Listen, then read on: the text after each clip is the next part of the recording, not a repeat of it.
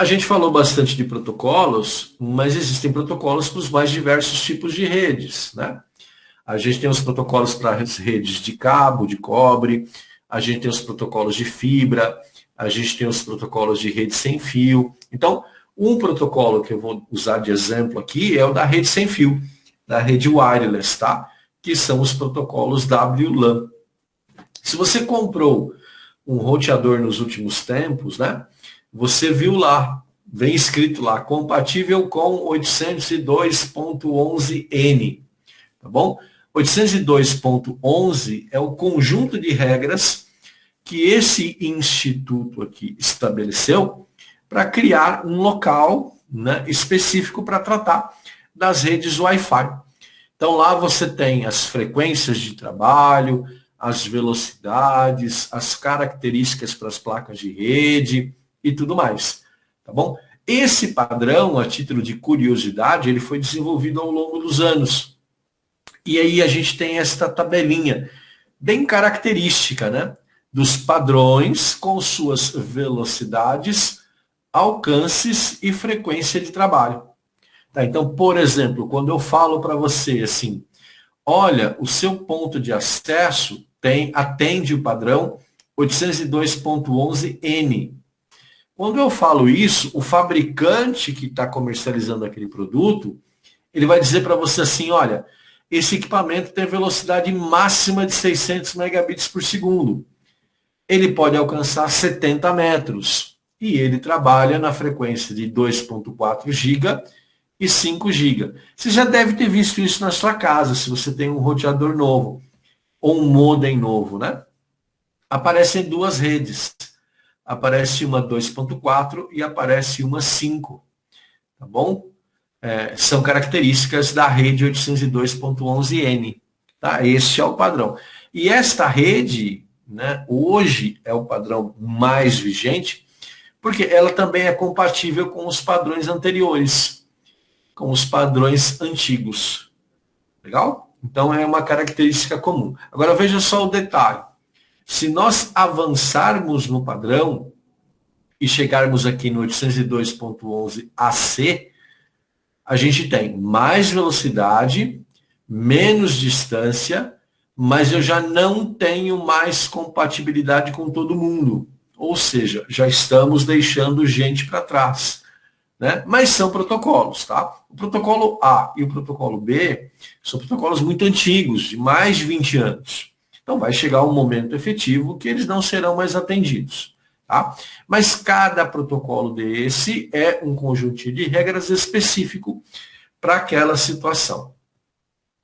E a gente falou um pouquinho de internet das coisas, né? Das casas inteligentes, né? Permitindo que os usuários se conectem remotamente ao micro-ondas, ao portão da garagem, à iluminação, e essas coisas cada vez mais estarão presentes nas nossas vidas, né?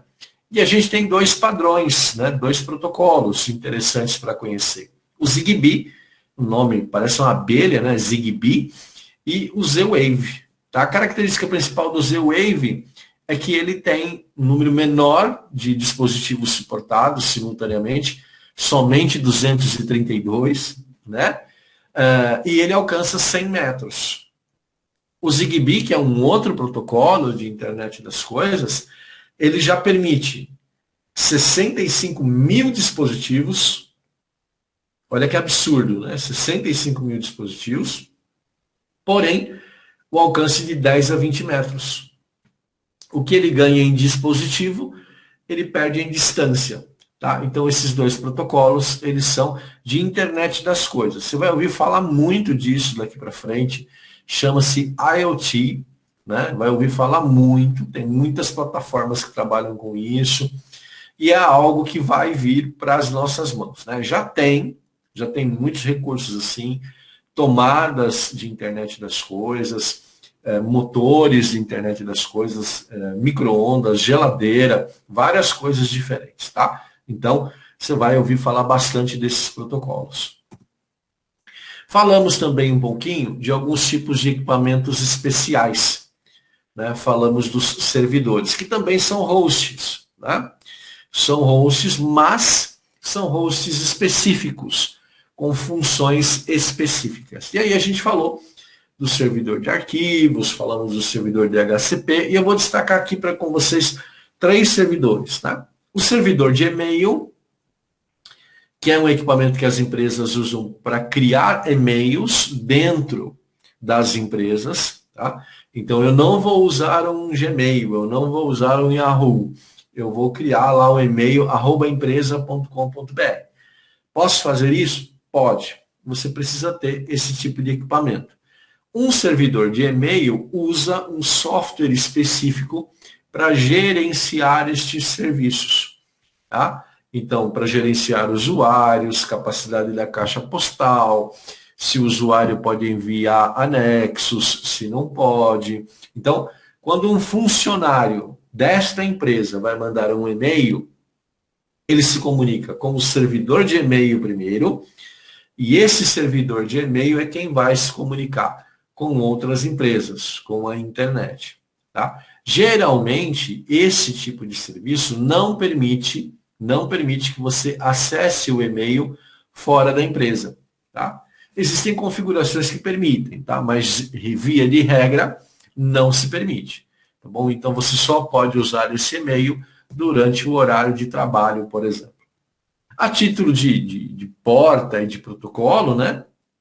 Um servidor de e-mail, ele usa os protocolos SMTP, POP, IMAP, tá bom? Lá na documentação do NetAcad vocês encontram direitinho as portas e encontram direitinho a descrição desse serviço. Mas observe que para ser um servidor de e-mail, ele tem que saber lidar com esses 3 conjuntinhos de regras, tá bom? Além das regrinhas para acesso à rede, né? Então são várias regrinhas que ele vai ter que usar. A gente falou um pouquinho de servidor proxy, que na verdade é um cache, é um armazenamento temporário de páginas que são acessadas com frequência. O servidor proxy garante uma performance da rede melhor. Por quê? Evita que várias pessoas, que vários equipamentos saiam da rede interna para buscar informações na internet. Então, eles conseguem armazenar temporariamente as páginas de internet. Tá bom? É interessante porque evita o tráfego, né, desnecessário e também garante possibilidades de controles adicionais. Você pode controlar, por exemplo, que tipo de site que vai ser acessado, em qual horário, com que frequência, né? Vários outros serviços adicionais. Mas o proxy trabalha com o cachezinho de internet. Um outro servidor muito interessante, e aí óbvio que é para as redes grandes, é o servidor syslog. Ele guarda informações dos dispositivos de rede. Né? Então você tem lá uma empresa com 1.200 computadores, com 60 suítes, 30 pontos de acesso. Aí o que você vai fazer? Esse servidorzinho syslog vai armazenar todas as informações desses dispositivos. O que garante para o pessoal do suporte, né, para a rede interna do TI, saber exatamente se o equipamento está funcionando, se ele tem a capacidade adequada, como é que esse procedimento está acontecendo. É muito interessante, mas é muito específico, né? É muito específico. Você não vai ter um servidor syslog na sua casa. Muito embora alguns roteadores que a gente compra para usar em casa, eles têm uma funçãozinha parecida, que é uma funçãozinha que armazena os registros de falha daquele dispositivo. Seria interessante você conhecer, tá bom? Mas o servidor syslog tem essa característica fundamental.